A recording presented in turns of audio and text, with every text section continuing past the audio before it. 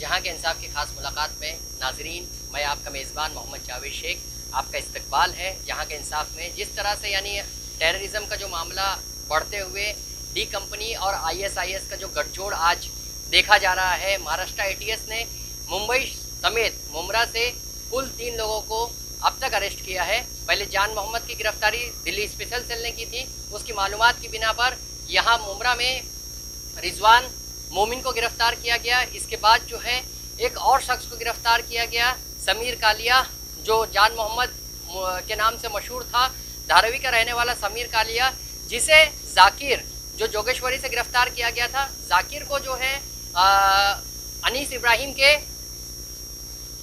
यहाँ काम करने वाला शाकिर ने सुपारी दी थी कि बम्बई शहर में उसे साजिश रचना है और मुल्क के मुख्तलिफ हिस्सों में बम धमाकों की साजिश के इल्ज़ाम में दिल्ली स्पेशल सेल ने ऑपरेशन शुरू किया था। पहले 6 दहशतगर्दों को गिरफ्तार किया गया था। इन सस्पेक्ट दहशतगर्दों की इतला पर मुंबई शहर में भी छापेमारी की गई। ATS ने पूरे शहर में छापेमारियों का दौर शुरू कर दिया है। जिस तरह से मुमरा में मुन्ना उर्फ रिजवान को गिरफ्तार किया गया है, जैसे कि बताया जाता है कि जोगेश्वरी के जाकिर जो कि शाकिर के कांटेक्ट में था और वो यहाँ अनीस इब्राहिम के यहाँ काम करने वाले अपने भाई शाकिर से हिदायत ले रहा था। ये लोगों ने मुंबई के लोकल ट्रेनों को भी निशाने बनाने की साजिश अंजाम देने की कोशिश की थी। इसके अलावा जान मोहम्मद ने मुंबई के मुख्तलिफ इलाकों की रेकी भी की थी। ऐसा बताया जा रहा है, ATS जराये का कहना है कि जिस तरह से ये मॉड्यूल बाहर आया है, ISIS और अंडरवर्ल्ड गैंग जो दोनों मिलकर मुल्क में बदअमनी और फिरका वाराना हम आहंगी को पारा पारा करने के लिए ये काम अंजाम दे रहे थे। जैसे कि ये लोगों का टारगेट था लोन वुल अटैक और कत्लेआम करना भी इनके साजिश का एक हिस्सा था। जिस तरह से देखा गया है कि पिछले वक्त में भी ISI और अंडरवर्ल्ड एक साथ मिलकर काम करते थे, लेकिन एक मरतबा फिर अनीस इब्राहिम के सामने आने के बाद डी कंपनी रोशनी में आई है और मंजर आम पर आने के बाद ये बात साबित हो रही है कि डी कंपनी और ISI मुल्क को एक मरतबा फिर फसाद के झमेले में लाने की कोशिश कर रही है। जिस तरह से 1993 में बम धमाके हुए थे, उसी तर्ज पर मुंबई शहर में इस तरह के हंगामे और हमले करने की कोशिश की जा रही थी।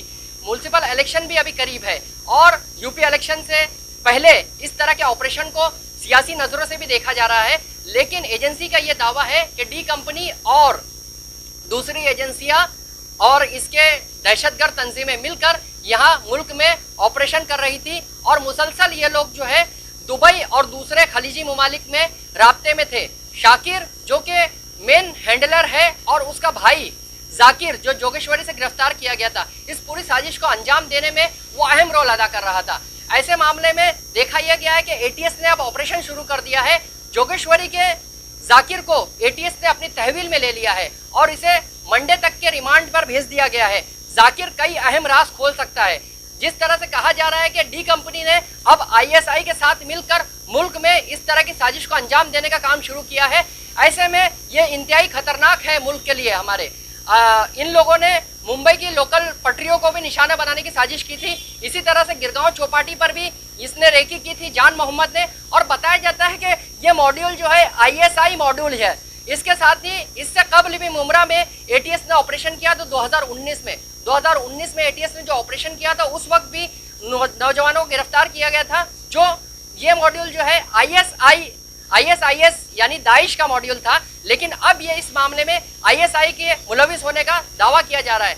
ऐसे हालात में ये बताया जा रहा है कि मुल्क में बदअमनी पैदा करने के लिए ये तमाम प्लानिंग हो रही थी और डी कंपनी और ISI जो मिलकर मुल्क को तबाह करने की साजिश रची रही, लेकिन एजेंसी ने बरवक्त कार्रवाई करते हुए कुल 8 नौजवानों को गिरफ्तार किया है।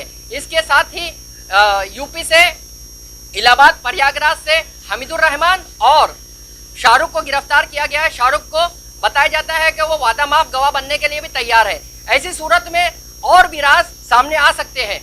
बताया जाता है कि जिस तरह से ATS ने महाराष्ट्र में कार्रवाई की है, मुमरा में इसका ऑपरेशन मुसलसल जारी है, जोगेश्वरी में ऑपरेशन जारी है, धारावी और दूसरे हसास इलाकों में जहां दहशतगर्द छुपे हो सकते हैं वहां पर भी कार्रवाई जारी है। मुंबई शहर के मुश्तबा दहशतगर्दों की एक फहरिस्त तैयार की गई है। इसी तरह से NIA ने भी अभी अपने ऑपरेशन को तेज कर दिया है, वो ऐसे नौजवानों पर नजर रखना शुरू कर दी है जो सोशल मीडिया पर आईएसआईएस के प्रोपेगेंडे को चलाते हैं। और इन नौजवानों को राह रास्त पर लाने के लिए एनआईए ने एक हेल्पलाइन नंबर भी जारी किया है जो गुमराही का शिकार हो चुके हैं। इस तरह से बताया यह जा रहा है कि बंबई शहर में और मुल्क में आईएसआई और आईएसआईएस दाइश ये नफरत फैलाने का काम कर रही है। मुल्क में नफरत फैलाने, फसाद फैलाने और फिरका वाराना नफरत फैलाने की कोशिश के तहत ये काम को अंजाम दिया जा रहा है।